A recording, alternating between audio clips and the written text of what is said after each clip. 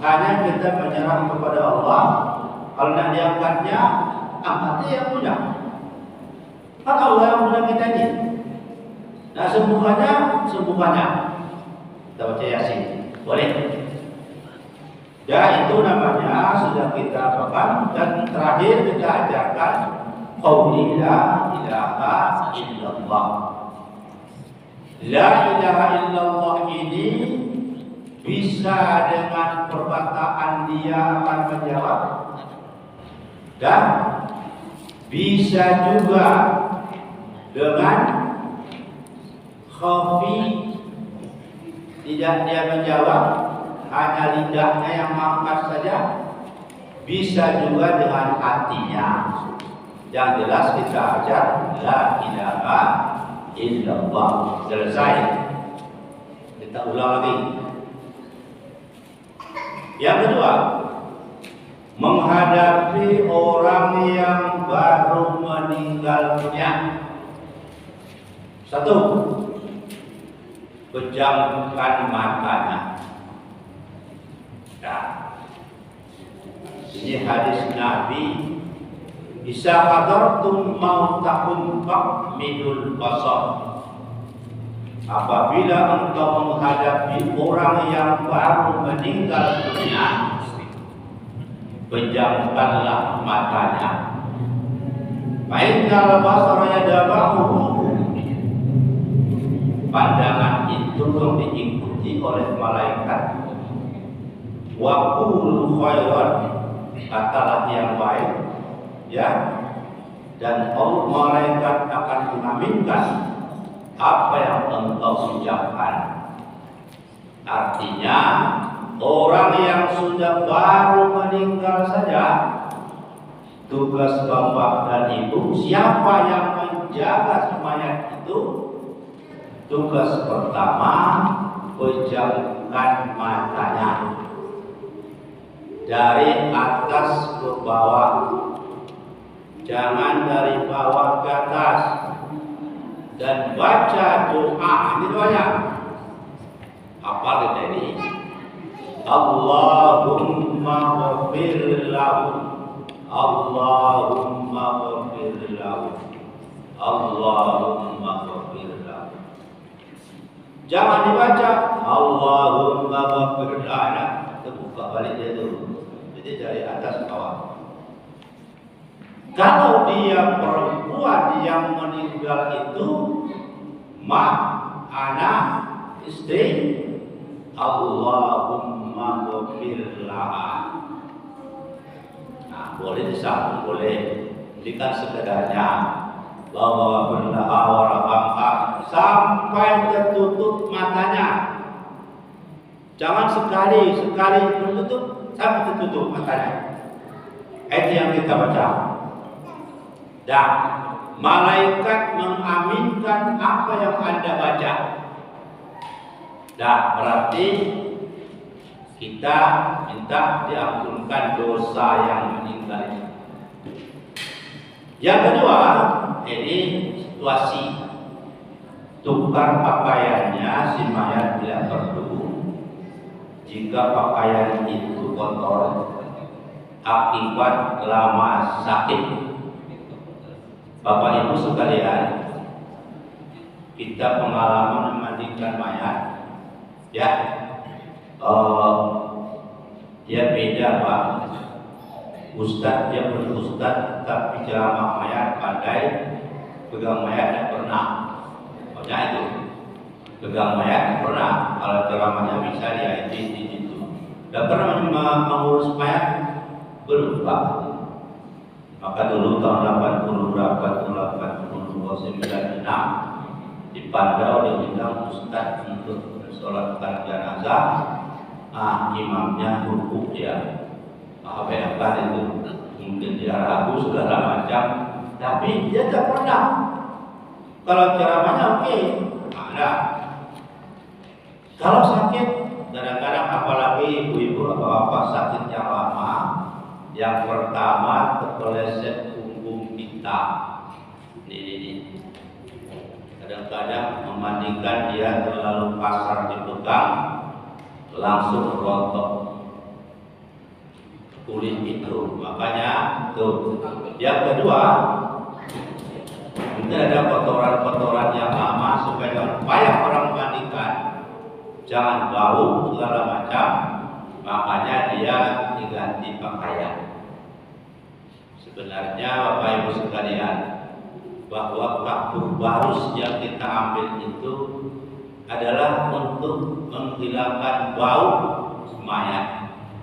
Jangan bau itu. Tapi ada juga orang tak tahan bau itu. Tapi jelas jangan bau kotoran. Dan selanjutnya, si mayat dibaringkan kaki ke arah kiblat, atau kepala ke arah utara dan kaki ke arah selatan sesuai keadaan rumah tempat tinggal, dalam keadaan terlentang dan kedua tangannya dilipat di atas dada sebagaimana bersikap dalam sholat. Paling mudah memahaminya, baringkan seperti orang sholat. Ya. Cuma kan ada diatur supaya ini kondisi rumah. Kalau memang rumah tidak memungkinkan, ya bagaimana yang mungkin aja lah. Tapi diusahakan dia terlentang. Waktu terlentang itu, ya perhatikan bahwa kadang-kadang badannya tegang. Boleh menjadi Pak Ketua. Ya, mana Ketua? Jauh dia.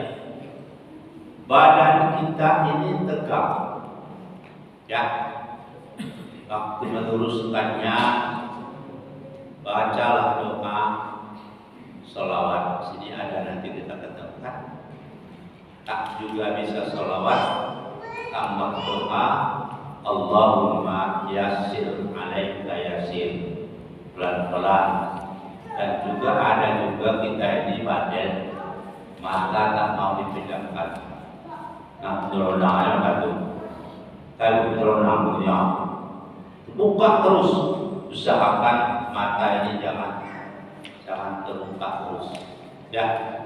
Maka kita baca, kalau belum juga mampan itu, baca sholawat supaya kita selamat dan mayat juga selamat.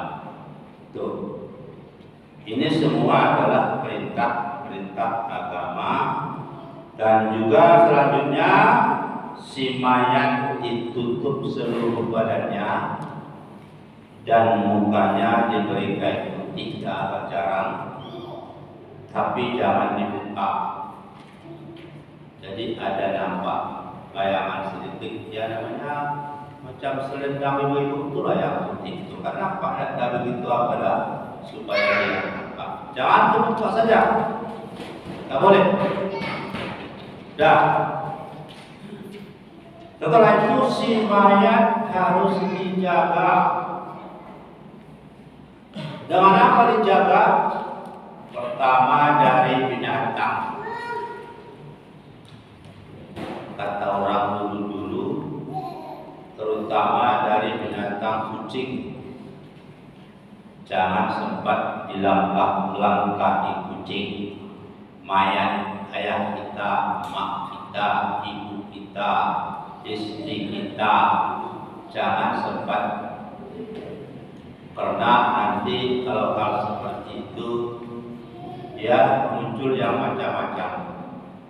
Masih lumayan kalau di kota ini masih normal-normal saja. Kalau di kampung-kampung banyak pula orang, ya banyak bermain-main orang tentang si mayat, dan harus itu dijaga.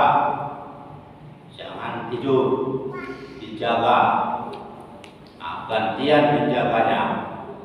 Tidak boleh tidur kalau memang mayat itu bermalam di rumah. Jangan ditinggalkan. Termasuk juga ya binatang-binatang. Saya juga pernah pengalaman memandikan jenazah dikerumuni oleh semut-semut banyak. hidungnya penuh semut, ya mulutnya penuh semut, dan segala macamnya harus dijaga supaya mayat ini juga adalah dia selesai. Dan ini aturan yang kita buat. Tambah lagi nanti bahwa pahala orang yang datang bertaksiah, yang sakit dan orang meninggal dunia. Pertama, innal maita yu'rafu min musdihi wa may yahmiluhu min yadihi fi qabrihi, rawahul Ahmad. Sesungguhnya mayat itu yu'arifu, mengetahui, tahu dia, mayat itu mengetahui man yusluhu, siapa memandikan dia, tahu dia itu, siapa yang membawa dia, dan dia mendengar, dan siapa yang mengeringnya ke kubur, dan siapa yang mensolatkan dia. Alat pendengar sebenarnya, yang mendengar itu apa? Dalam kajian tasawuf, kira-kira apa ya? Apa Pak Beni yang mendengar? Telinga. Telinga apa mendengar? Telinga adalah alat pendengar. Mata bukan melihat. Mata alat melihat. Karena organ tubuh kita hari ini tidak diberdayakan oleh Allah lagi, sehingga kita tidak bisa ngomong. Tapi kita mendengar. Apa kata orang mendengar kita? Siapa yang mandikan kita? Ini yang kayak apa ini? Pak Sakban nampaknya ini. Cuma tidak dibilang deh, Pak Sakban, hati-hati. Lah di Pak Sakban itu. Jadi siapa memandikan kita, siapa yang mengurus kita, siapa yang kita kubur, dalam hadis, ya ini bukan macam-macam. Dalam hadis, mayat itu mengetahui. Hadis riwayat Ahmad. Satu. Yang kedua, pahala orang yang menengok orang sakit adalah diampuni dosanya. Bukan sedikit. Kita kadang-kadang sini, kadang-kadang kurang rajin juga menuju orang sakit. Ya, orang jali. Gak diajak bersolat. Tapi kalau siapa yang sakit, jadi mana kata Rasulullah, man ada maridun nada munadi minas sama tibta wa qaba masqata fatabawwa minal jannil manzilan, rawi Ibnu Majah. Kata Nabi, siapa yang melihat orang sakit, menjenguk orang sakit, maka terdengarlah suara dari langit. Kita tidak terdengar dalam bahasa itu. Siapa yang ngomong? Malaikat. Apa kata malaikat? Cipta. Baik sekali perbuatan, baik sekali kunjunganmu, dan Anda telah disiapkan rumahmu di surga. Intinya, orang yang rajin melaksanakan menjenguk temannya yang sakit, surga sudah disiapkan untuk dia. Berarti ada harapan masuk surga. Jadi rajin-rajinlah kita menengok orang sakit dan juga menjenguk orang yang sakit. Pasti orang sakit itu merasa senang dan merasa dia berkawan, merasa dia ada obat yang susah dibeli di apotek. Kenapa? Datang kawan menengok. Yang kedua, saya mengatakan lagi, orang yang bertakziah itu didoakan malaikat 70.000 malaikat. Pasti malaikat dah 70.000. Ma min muslimin ya'udu musliman aduwatan